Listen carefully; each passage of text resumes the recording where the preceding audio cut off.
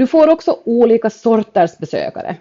Och ibland kanske man tänker att när en person kommer fram till infodisken och du ser på den, så väntar du egentligen på en signal från den som gör att du kan börja modulera och ändra på ditt angreppssätt. Och som lärare så får man lära sig att det finns ingen one size fits all, så du kan egentligen inte på förhand bestämma. Utan istället så ska jag lära er det som man lär sig inom Apples organisation. Det vill säga, du behöver lära dig att ställa fler frågor. Ponera den här situationen. Jag är nu din besökare. Jag kommer in och så ställer jag frågan. Jag undrar nu om, har ni någon litteratur om utedass? Din knäryckar reaktion kommer att vara att gå in på databasen och söka efter utedass. Kan jag något annat ord för utedass? Och hitta synonymer. Och här har du redan gått fel. För istället så ska du lära dig att vara nyfiken. För det här kan spara både dig mycket arbetstid och också besökaren mycket frustration.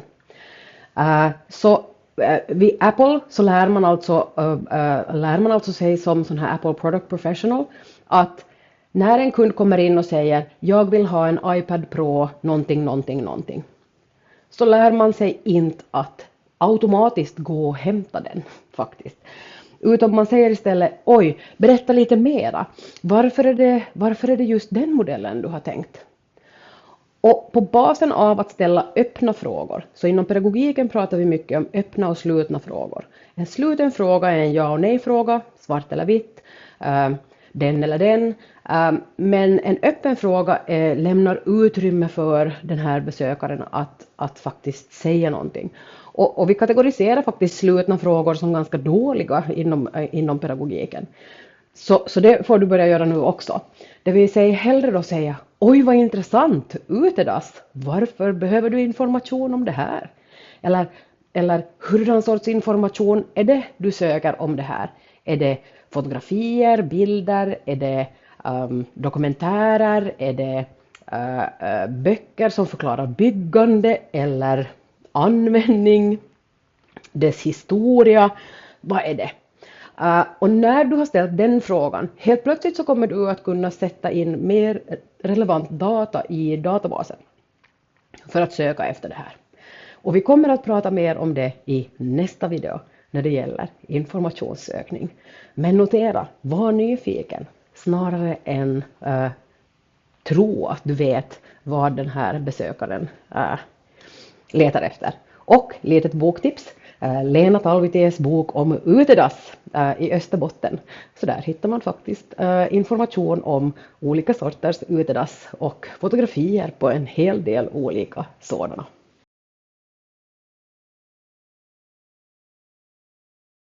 Hur gör man då när det kommer besökare från olika länder, olika kulturer som inte har ett gemensamt språk med dig?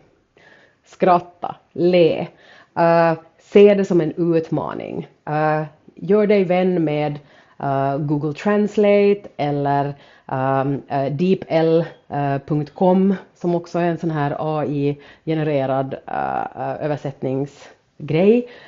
Notera att i Google Translate så kan man sätta in ett helt dokument. Så ifall du har en instruktion på finska eller svenska om någonting, så att sätta in hela dokumentet i Google Translate faktiskt. Man kan YouTubea lite om hur man gör det. Så får du ut exakt samma dokument med samma bilder, med samma layout, men på ett annat språk.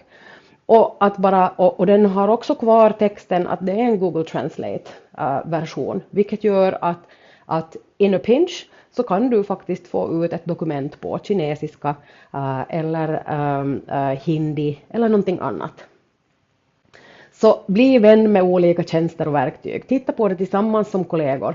Vad kan ni göra? Har någon av er på jobbtelefonen laddat ner en app som gör att vi kan prata och säga till exempel då på mandarin tillbaka åt någonting och också samtidigt liksom att den får prata och du får lyssna. Även om de inte har den där tekniken och den där. Så titta på hur du kan sänka tröskeln för att helt enkelt kommunicera effektivt. I Finland så har vi en kvarlevande tradition kring teitittely eller att nia och fundera på situationerna när du gör det här. Niar du äldre besökare? Är man svenskspråkig behöver man fundera på det här mycket gällande finskspråkiga besökare som är mycket känsligare för det här. Det vill säga hur niar man på svenska och hur niar man på finska och vad använder man som kriterie för att nia helt enkelt. Fundera på det här. Sen att komma ihåg också, och det här säger jag ofta när jag håller fortbildningar inom affärsvärlden. Det här med att den goda försäljaren sitter inte. Och det här betyder en sak. Det betyder inte egentligen att man inte får sitta, utan det betyder att man ska fundera på noga när man sitter och när man stiger upp. Låt oss säga att en besökare kommer in för första gången. Du är helt säker på att den här människan har nog aldrig varit in här förut. Beroende på hur din disk är utformad. Är det så att du kunde stiga upp genast och gå runt disken och önska den varmt välkommen? Kanske göra en impromptu guidning beroende på hur stort biblioteket är. Kanske någonting annat. Vi vet inte vad. Men hur beredvillig, och du måste känna i ditt inre lite. Hur villig är du? Själv så är jag under utredning för autism och ADHD, och i autismvärlden så finns det någonting som heter transitional difficulties och state inertia. Och vad det betyder är att jag är ganska ovillig att flytta på mig när jag en gång har kommit dit. Vilket kan vara mer eller mindre bekymmersamt.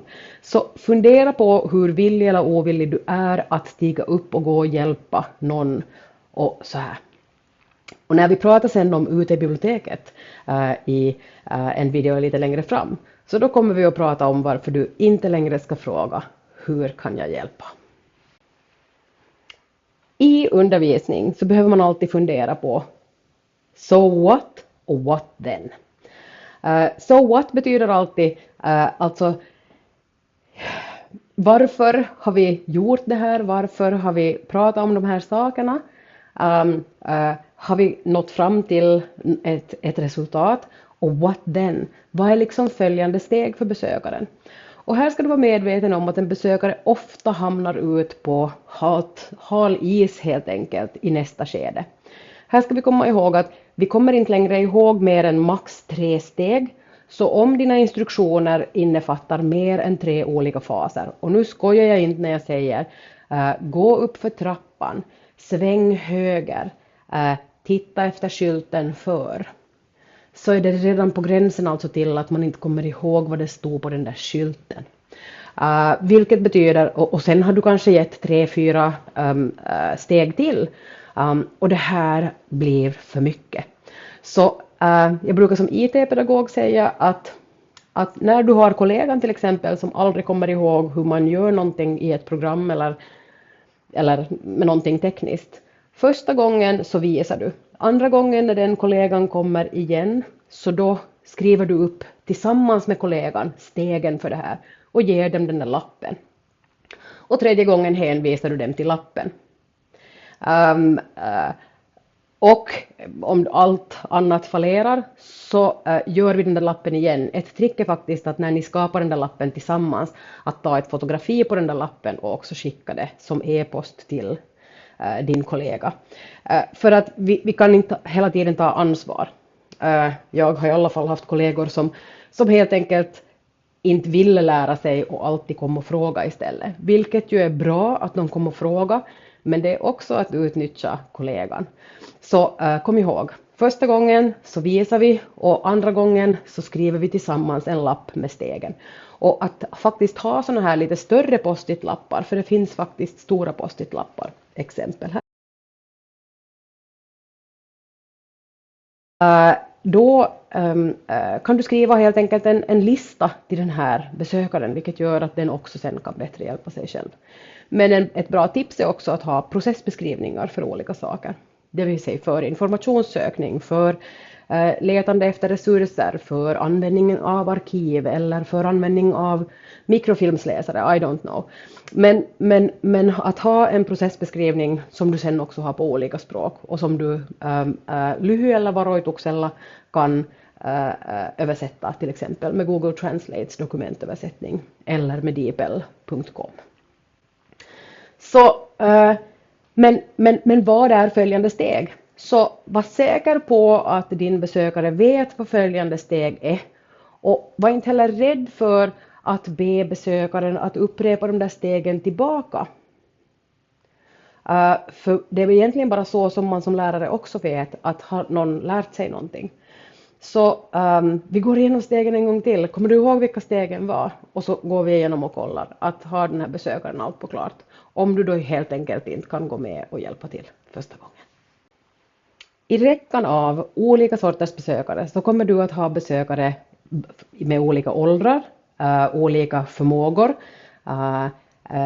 olika uppmärksamhetsgrader, olika kulturer, olika språk, olika uppfattningar och förhållningssätt och synsätt på saker och ting. Och det enda man pedagogiskt här behöver tänka på är ordet differentiering. Och differentiering betyder att man alltid när man skapar en process, en inlärning, en situation, så måste man fundera på att det finns olika sätt att bemöta det här. Så att one size never fits all när det gäller lärande och bra upplevelser. En total individualisering är heller inte möjlig. However, den är möjlig med hjälp av teknik. Men det ska vi prata om mer i informationssökningen. Våga vara dig själv. Sätt inte en alltför stor roll. Våga vara dig själv, men fundera på den där professionalismen i det här.